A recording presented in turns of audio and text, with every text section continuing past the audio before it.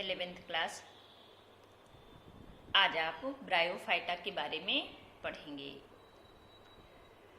तो ब्रायोफाइटा आपको प्लांटी जगत का जब वर्गीकरण करके बतलाए थे, तो ये ब्रायोफाइटा जो है डिवीज़न है, विभाग है। तो उसको दो भाग में बांटे थे, विभेदन रहित और विभेदन सहित। तो ये आया था विभेदन सहित में। विभेदन रहित में थैलोफाइटा आया था, जो आप पिछले क्लास में पढ़ चुके हैं। तो ब्रायोफाइटा में पौधा का प्रारूप होगा, लेकिन इसमें न वास्तविक जड़, तना, पत्तियां नहीं होती। जड़ के समान रचना होती है, ये कहलाता है रज्वाइड्स, उसको बोलते हैं ना मूलांग। और पत्तियां भी होती है, कमजोर तना भी होता है।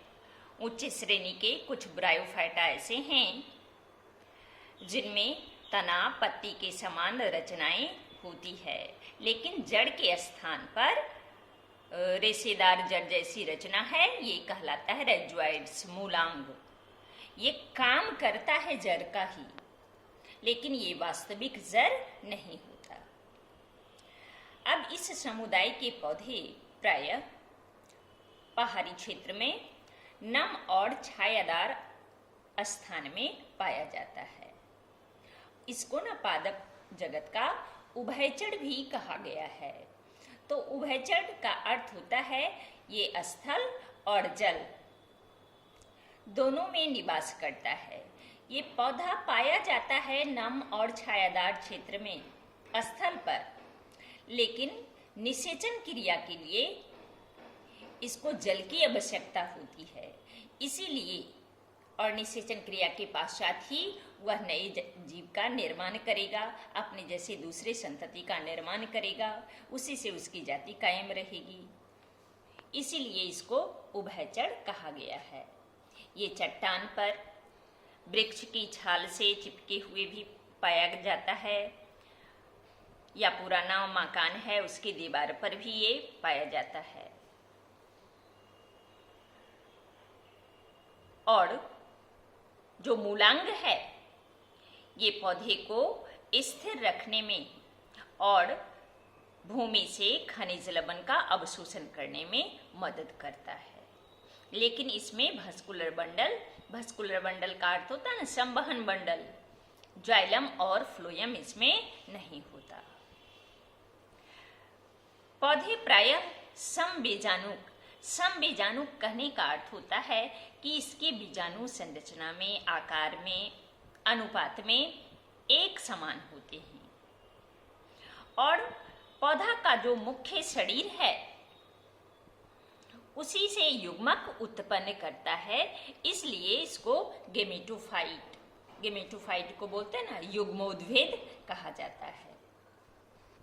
और इसी मुख्य पौधे के जो मुख्य शरीर है, मुख्य शरीर का जो मुख्य भाग है, उसी पर जनन अंग उत्पन्न होता है। उसमें क्लोरोफिल भी रहता है, इसलिए वह जो है सौपोषी है, आउटोट्रॉफिक होता है। और जनन की क्रिया प्रायः लैंगिक होती है। लैंगिक जनन में विषम युग्मक भाग लेता है।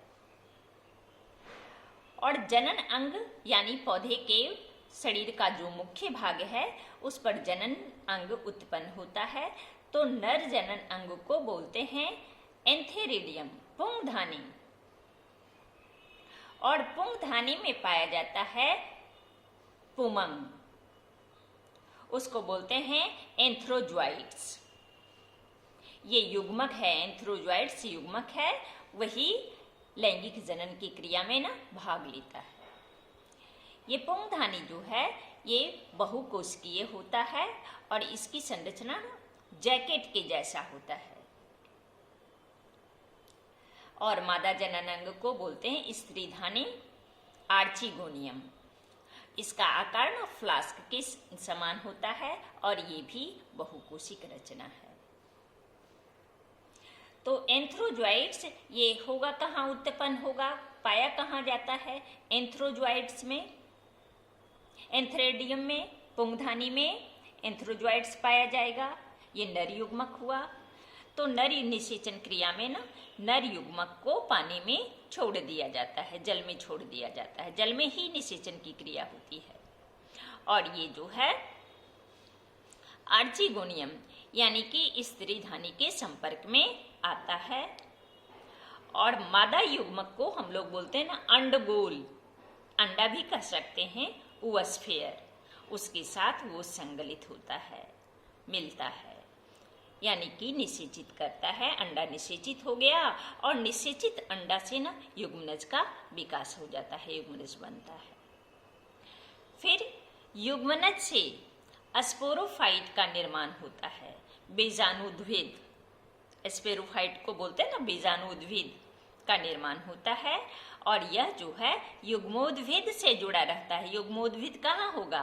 पौधा के शरीर का जो मुख्य भाग है उस पर होगा युग्मोद्भिद, उसी से जुड़ा रहता है और उसी से अपना पोषण भी प्राप्त करता है।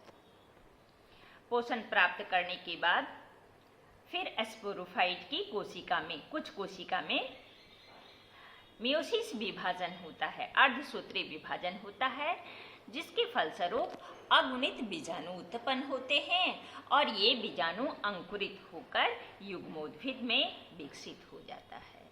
ये है इसमें लैंगिक जनन की प्रक्रिया। और इसका इकोनॉमिक इम्पोर्टेंस भी है, आर्थिक महत्व भी है। शैवाल के समान तो इसका आर्थिक महत्व नहीं है, फिर भी इसके अंतर्गत ब्रायोफाइटा विभाग में ना मॉस और लिवरवर्ट, जो अगले क्लास में आप इसके बारे में पढ़ेंगे, ये मॉस जो है स्तनधारी पक्षी, यहाँ हमने पक्षी को ही लिखा है, चिड़िया, और अन्य जानवरों के लिए भोजन के रूप में ये काम आता है। स्फिग्निम इसकी एक प्रजाति है जिसको हम लोग बोलते हैं ना पिट मॉस, और इसमें ये पिट प्रदान करता है जल के अवशोषण का, अवशोषित जल को संग्रह करने की भी कैपेसिटी होती है। इसीलिए नर्सरी में जब पौधे का पैकिंग वगैरह किया जाता है तो पैकिंग मटेरियल के रूप में इसका इस्तेमाल किया जाता है, क्योंकि वो जल को अवशोषित कर लेता है, अवशोषित करने की उसमें कैपेसिटी है। और जब यही सूख जाता है तो सूखे हुए मॉस का उपयोग ना ईंधन के रूप में भी किया जाता है। इसके अलावे इसका आर्थिक महत्व है कि ये चट्टानों के डिकम्पोजन यानी कि अपघटन की क्रिया में भाग लेता है, चट्टानों का अपघटन करता है और अपघटन करके जो एंजियोस्पर्मिक प्लांट है, आवृत बीजी पौधा है, उसको उगने का आधार बनाता है। साथ ही साथ जो है वह जमीन के ऊपरी सतह पर ना कालीन के समान बिछ कर मिट्टी का एक सघन परत बनाता है। और वर्षा से जब मृदा का अपर्दन होता है तो भूमि क्षरण को, मृदा अपर्दन को भी यह रोकने का काम करता है। यही इसका आर्थिक महत्व है। अगर आपको कुछ समझने में दिक्कत होती होगी तो आप क्वेश्चन पूछ सकते हैं, आप उससे संबंधित सवाल आप पूछेंगे जो समझ में नहीं आएगा।